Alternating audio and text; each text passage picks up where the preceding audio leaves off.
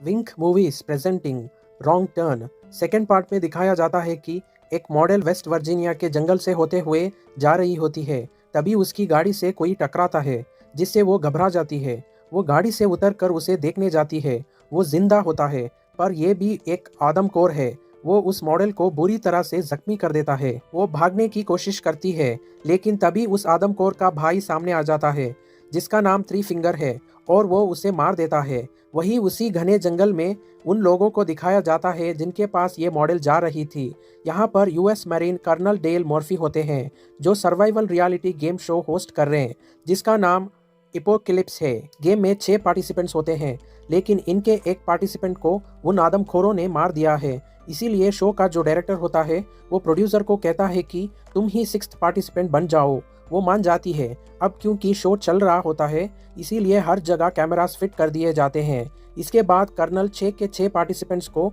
एक टास्क देते हैं। वो कहते हैं तुम्हें जंगल में अकेले अकेले जाकर खाना इकट्ठा करना होगा, और ये सब के सब निकल जाते हैं। तभी हमें कैमरा में दिखाया जाता है कि इन्हीं में से एक पार्टिसिपेंट को पीछे से थ्री फिंगर आकर मार देता है। वही शो के होस्ट कर्नल डेल को दिखाया जाता है, जो जंगल में टास्क को सेटअप कर रहे हैं। और जब वो वापस अपनी गाड़ी की तरफ आते हैं, तो वो देखते हैं कि किसी ने तीर मारकर उनकी गाड़ी की टायर को पंचर कर दिया है। इससे पहले कि वो कुछ समझ पाते, उन पर तीरों से हमला होता है। वो एक पेड़ के पीछे छुप जाते हैं, और सामने हमें दिखाया जाता है थ्री फिंगर को, जो उन्हें मारना चाहता है। इससे पहले कि वो वहां से भागते, पीछे से थ्री फिंगर का भाई आकर उन्हें बेहोश कर देता है। वही 2 लड़कियों को दिखाया जाता है, जिन्हें नदी के पास जाकर अपने टास्क को पूरा करना है।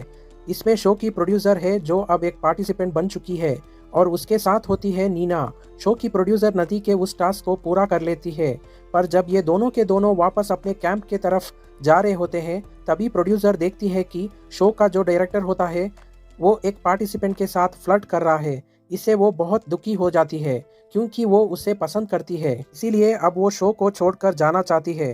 रास्ते में इन्हें एक घर दिखता है, और ये दोनों के दोनों टेलीफोन ढूंढने के लिए घर के अंदर आ जाते हैं, जहां पर दीवार पर इन्हें एक परिवार की फोटो दिखती है, जो कि बहुत ही भयानक होते हैं। इस परिवार में 4 लोग होते हैं, पा, माँ, ब्रदर और सिस्टर।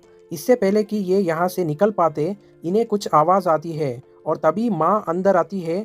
उसे डिलीवरी पेन होता है। उसके साथ सिस्टर भी होती है, और माँ एक बच्चे को जन्म देती है, जो कि बहुत ही भयानक होता है। ये देखकर ये दोनों डर जाते हैं। तभी सिस्टर इन्हें देख लेती है। वो इनके ऊपर हमला करती है, पर ये दोनों दरवाज़ा अंदर से बंद कर देते हैं।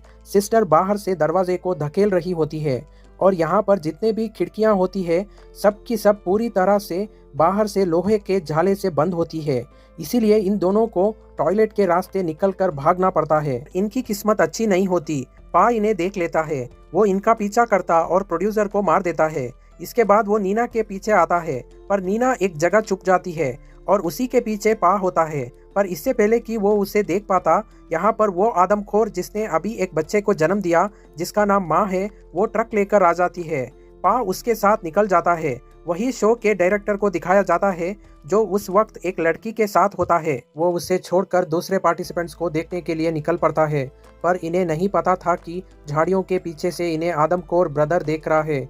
यहाँ पर अब सिस्टर भी आ जाती है, और सिस्टर उस लड़की पर, उस मॉडल पर हमला करके उसे मार देती है। वही कर्नल डेल को जब होश आता है, तो वो देखते हैं कि वो पेड़ से उल्टे लटके हुए हैं, और उनके सामने होता है थ्री फिंगर। पर इससे पहले कि थ्री फिंगर उन्हें मारता, वो अपने आप को छुड़ाकर उस पर हमला कर देते हैं, और उसकी गन छीन कर उसी को शूट करके यहाँ से निकल जाते हैं।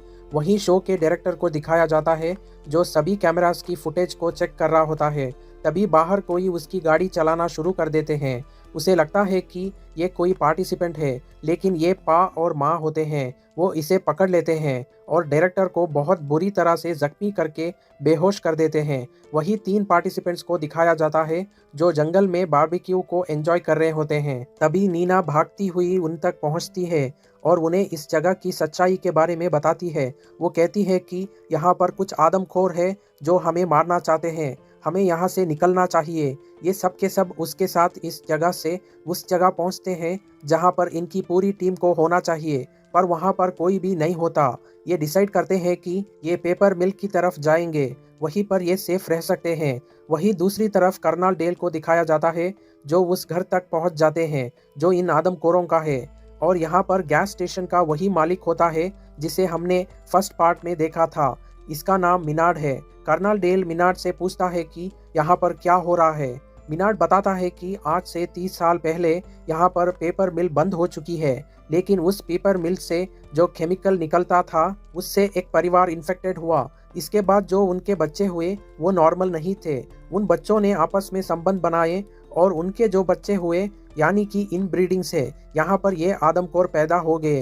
अब जब मिनार्ड को पता चलता है कि डेल ने थ्री फिंगर को मार दिया तो वो उस पर हमला कर देता है। वो कहता है कि वो मेरा बेटा था, पर डेल उसे मार देता है और डेल अब तय करता है कि वो उन आदमखोरों से लड़ेगा। वो उनसे लड़ने के लिए तैयारी करता है। वही जंगल में उन चारों को दिखाया जाता है जो पेपर मिल को ढूंढ रहे होते हैं, पर तभी इन्हें ब्रदर और सिस्टर देख लेते हैं। वो इनके ऊपर हमला करते हैं। सब उनसे लड़ते हैं, पर नीना यहाँ से भाग जाती है और एक गड्ढे में गिरकर फंस जाती है। वही वो तीनों जो ब्रदर और सिस्टर से लड़ रहे हैं वो उन दोनों को मारकर वहाँ से निकल जाते हैं। हालांकि नीना इन्हें छोड़कर चली गई थी, लेकिन फिर भी इन तीनों में से एक नीना को ढूंढने के लिए निकल पड़ता है और बाकी दो पेपर मिल की तरफ। अब नीना की आवाज़ सुनकर वो उस तक पहुंच जाता है और उसे गड्ढे से निकाल लेता है। अब ये यहाँ से भागना शुरू करते हैं और एक डेड एंड तक पहुंच जाते हैं। नीचे रिवर होती है और तभी ये देखते हैं सिस्टर जो कि अभी भी जिंदा होती है। वो इन पर गोलियां चलाना शुरू कर देती है और इन दोनों को ना चाहते हुए भी नदी में झरने से नीचे कूदना पड़ता है। वही वो दोनों जो पेपर मिल के तरफ जा रहे होते हैं वो एक ट्रैप में फंस जाते हैं और तभी यहाँ पर ब्रदर जो कि जिंदा है वो पा के साथ आ जाता है और ये दोनों मिलकर उन्हें मार देते हैं। नीना और उसका साथी अब पेपर मिल तक पहुंच चुके हैं जहां पर बहुत सारी गाड़ियां होती है। ये उन लोगों की गाड़ियां हैं जिन लोगों को इन आदमखोरों ने मारा है। यहाँ पर इनकी भी गाड़ी होती है जिससे इन्हें अपने साथी के चिल्लाने की आवाज़ आती है। ये गाड़ी तक पहुँचते हैं और देखते हैं कि वहाँ पर रिकॉर्डिंग चल रही है। ये समझ जाते हैं कि इनके लिए ट्रैप बिछाया गया है, पर इससे पहले कि ये कुछ कर पाते इन्हें भी पकड़ लिया जाता है। अब सारे आदमखोर डिनर टेबल पर बैठे होते हैं और इन दोनों को बांधा हुआ है, पर इससे पहले कि ये इन दोनों को मारते यहाँ पर डेल पहुँच जाता है। डेल की हलचल से इन्हें पता चल जाता है कि यहाँ पर कोई तीसरा भी है। ये उसे ढूंढना शुरू कर देते हैं। दरअसल कर्नल डेल ने इनके लिए यहाँ पर ट्रैप बिछाया है। वो ब्रदर और सिस्टर को मार देता है। उसके बाद वो नीना और उसके साथी को भी खोल देता है।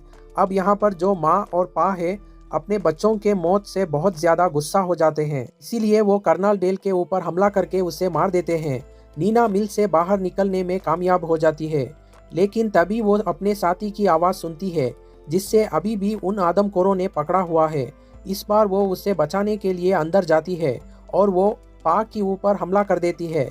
ये दोनों मिलकर इन दोनों को खत्म करके यहाँ से निकल जाते हैं, लेकिन अभी भी थ्री फिंगर जिंदा होता है जिसके पास वो बच्चा होता है जिसने अभी अभी जन्म लिया है, जो उसी के तरह आदमखोर है। इसी के साथ ये कहानी यहीं पर ख़त्म हो जाती है।